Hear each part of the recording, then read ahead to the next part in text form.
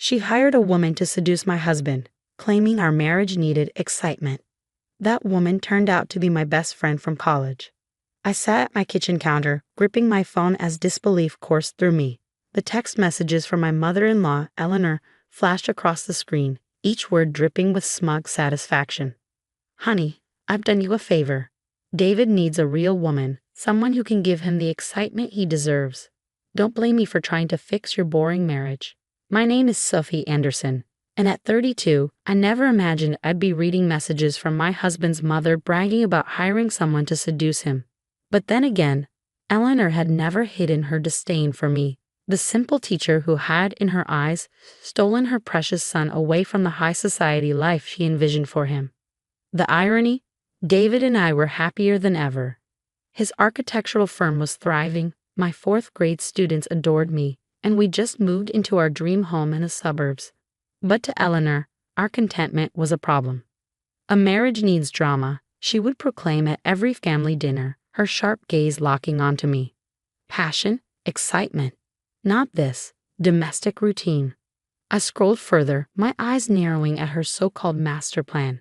She had hired what she called a sophisticated woman through an exclusive agency, placing her at David's firm as a temporary consultant. In her mind, this woman would awaken some dormant dissatisfaction in my husband, making him realize what he was supposedly missing by being married to me. She's everything you're not, worldly, ambitious, experienced, Eleanor had written. David won't be able to resist. I should have been outraged, heartbroken, maybe even afraid. Instead, a laugh bubbled up inside me. Because what Eleanor didn't know was that just 3 days ago, my college best friend, Olivia, had called me, barely able to contain her amusement. Sophie, you're not going to believe this, she'd said. Some wealthy woman specifically requested me for a consulting job at David's firm. She kept emphasizing that I should dress to impress and show him what he's missing. I think your mother-in-law is trying to set up your husband. Olivia and I had been inseparable in college, bonding over late-night study sessions, disastrous relationships, and wild adventures. She had stood by my side as my maid of honor, and though her high-powered consulting career kept her traveling, we had never drifted apart. The best part? Olivia had continued laughing. She has no idea we know each other. She just saw my credentials and photo and thought I was the perfect seductress. Should we tell her, or should we have some fun with this? Now, rereading Eleanor's triumphant messages, I knew exactly what we should do. I dialed Olivia's number. Your new client just texted me to gloat, I said when she picked up. Feel like teaching my mother-in-law a lesson. Her laughter was immediate. I thought you'd never ask. I start tomorrow. Should I play the role she's paying for? I grinned, already picturing Eleanor's horror when she realized her plan had spectacularly backfired. No need to fake anything. Just be yourself. But maybe dress up a little more than usual. Let's give her a show she won't forget. This is going to be fun, Olivia mused. But what about David? Should we tell him? I considered my husband, who had spent years pushing back against his mother's relentless meddling. Not yet. Let's see how this plays out first. Besides, he's been saying he needs help with the Miller project. You're actually perfect for that consultation. After we hung up, I turned back to Eleanor's messages and typed out a reply. Thank you for caring so much about our marriage, NIL. I'm sure this consultant will be exactly what David needs. Her response was immediate. Just remember, dear, sometimes we have to accept when we're not enough for someone. I set my phone down, shaking my head with equal parts pity and anticipation. Eleanor had spent years trying to prove I wasn't good enough for David, so obsessed with her own vision of what his life should be that she never stopped to see what actually made him happy. Tomorrow, my best friend would start her new job as the so-called other woman, and Eleanor would learn an unforgettable lesson in meddling. I poured myself a glass of wine, already planning our next move. This was going to be interesting. The next morning, I moved through my usual routine, glancing at my phone now and then for any updates from Olivia. Around 10 a.m., a notification buzzed. It was a photo of Olivia, poised and elegant in a sharply tailored business suit, standing beside David in his office. The caption read, "First day on the job. Your husband just introduced me to the team. Should I reminisce about our spring break in Cancun?" I barely managed to suppress a laugh during my class's quiet reading time. Moments later, another message appeared, this time from Eleanor. The consultant started today. David's secretary says they had quite the lengthy private meeting. Maybe he's finally realizing what he's been missing. If only she knew they were probably reminiscing about that time Olivia and I got lost on a hiking trip and had to be rescued by park rangers in college. By lunchtime, my phone rang. Eleanor's voice oozed false concern. Sophie dear, I just thought you should know. I dropped by David's office with lunch, and he was working very closely with the new consultant. They seemed quite comfortable. Oh, how wonderful, I chirped, unbothered. I'm so glad they're getting along. The Miller project needs someone with strong credentials. A silence stretched on the other end. Clearly, my lack of jealousy wasn't the reaction she'd anticipated. Well, yes, but don't you think it's inappropriate for them to be spending so much time together? Not at all, I said smoothly. In fact, why don't you join us for dinner tomorrow? David mentioned inviting her over to continue their work discussion. You should come too. You did find her, after all. Eleanor sputtered. Dinner? At your house? With her? Of course, you've done so much to support our marriage, you should be there to see the results. After hanging up, I fired off a message to Olivia. Dinner tomorrow night. Eleanor's coming. Wear that red dress from my wedding rehearsal.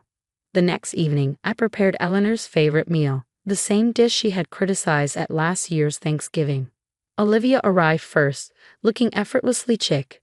We were catching up in the kitchen when the doorbell rang.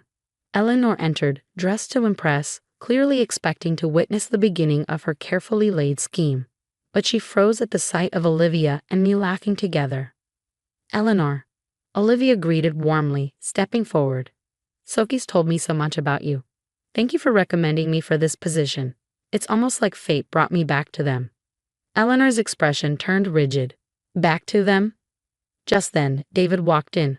Mom, I see you've met Olivia. Can you believe the coincidence? My new consultant turns out to be Sophie's best friend from college. You remember, she was the maid of honor at our wedding.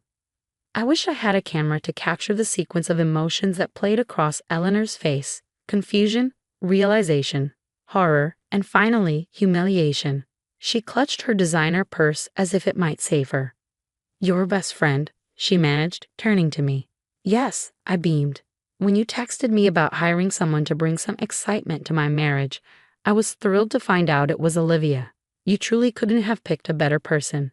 She knows exactly what David needs. Olivia lifted her wine glass. Eleanor, your son has been fantastic to work with.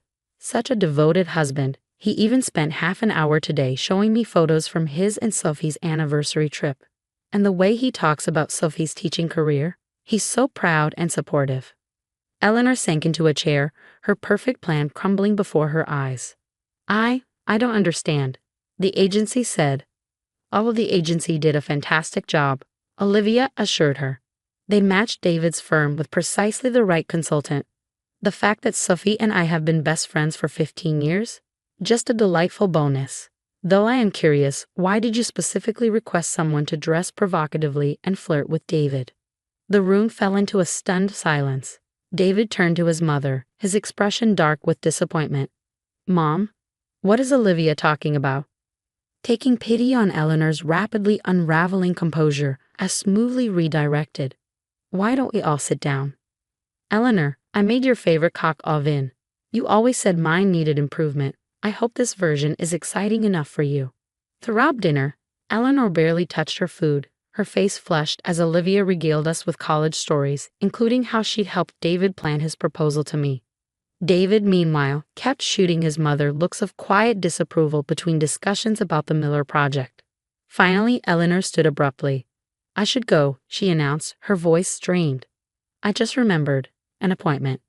But you haven't even tried dessert, I said sweetly. I made it with plenty of drama and excitement, just how you like things. She snatched up her purse and practically fled. As the door clicked shut, the three of us exchanged glances before bursting into laughter. I can't believe she tried to hire someone to seduce me, David said, shaking his head. Though I must admit, her taste in consultants is impeccable. He raised his glass to Olivia. Should we feel bad? I asked, though I couldn't stop grinning. Absolutely not, Olivia replied. Besides, the Miller project really did need my expertise. And Eleanor's generous consulting fee. That'll cover that spa weekend the three of us talked about. After our dinner fight, things changed quickly. Eleanor stopped showing up at David's office unannounced and quit sending her usual helpful marriage advice texts. Even at family dinners, she was quieter than usual, barely speaking or looking at anyone. But I knew this wasn't over. 3 weeks later, she struck back. "Have you heard what your mother is saying?" David's sister, Emma, called to warn me. "She's telling everyone you and Olivia planned this to humiliate her, that you somehow knew up a consultant and set her up." I laughed. "And how does she think we did that? Did we magically make her hire my best friend to seduce her own son?" "I know, it's ridiculous," Emma said. "But Mom hates being outsmarted. She's trying to twist the story to make you the bad guy." Later, Eleanor sent a family group text. "I think we need to talk about Sophie's concerning behavior. She deliberately embarrassed me, showing her true colors. I was only trying to help their marriage, and she turned it into a cruel joke. Family dinner this Sunday. We need to discuss this." I showed David the message. He sighed, frustrated. "This has to stop. She's been trying to control our marriage for years, and now she's playing the victim." "Should we skip dinner?" I asked. "No," he said, determined. "We're going, and we're bringing proof." Sunday dinner was tense. Eleanor had gathered the whole family, sitting at the head of the table like a queen about to deliver a verdict. Before she could speak, David stood up. "I have something to share," he said, pulling out his phone. He pressed play. Eleanor's voice filled the room. "I need someone young and attractive to show my son what he's missing. No, competence isn't important. The more tempting, the better. Money is no object if you can find someone to break up this marriage." Eleanor's face went pale. "Where did you get that?" she whispered. "The agency records client calls," David said calmly. "When Olivia realized what was going on, she asked for a copy for legal reasons." "Legal reasons?" Eleanor's voice shook. "Yes," I said, keeping my tone gentle. "Trying to break up a marriage and lying to an agency has consequences, Eleanor." "Are you threatening me?" "Not at all," David said. "We just want the truth out there."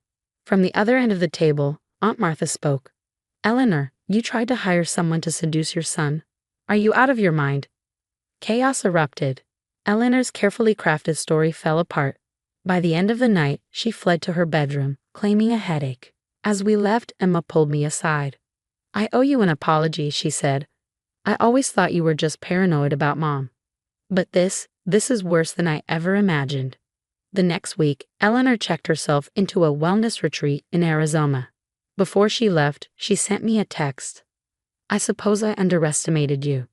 I replied, "You underestimated our marriage. David and I are a team, always have been." Olivia finished her project with David's firm, and it was a huge success. She even joked about adding professional marriage strengthener to her resume. As for Eleanor, the retreat seemed to change her. She wasn't a completely different person, but she was more subdued. She even started seeing a therapist.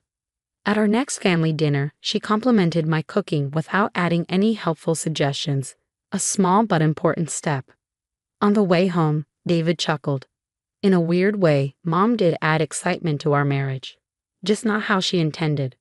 I squeezed his hand. "Should we send her a thank you note?" "Dear Eleanor, thanks for hiring my best friend to seduce your son. It really brought us closer together." He laughed. "Maybe next year's Christmas card." Sometimes I catch Eleanor watching us at dinners, gatherings, family events. She sees how David and I work as a team, how we laugh, how we support each other. And I think finally she's starting to understand that real marriage isn't about drama. It's about trust, love, and partnership. Oh, and Olivia, she just moved to our city to open a new branch of her consulting firm. When we announced she'd be our future baby's godmother, the look on Eleanor's face was priceless.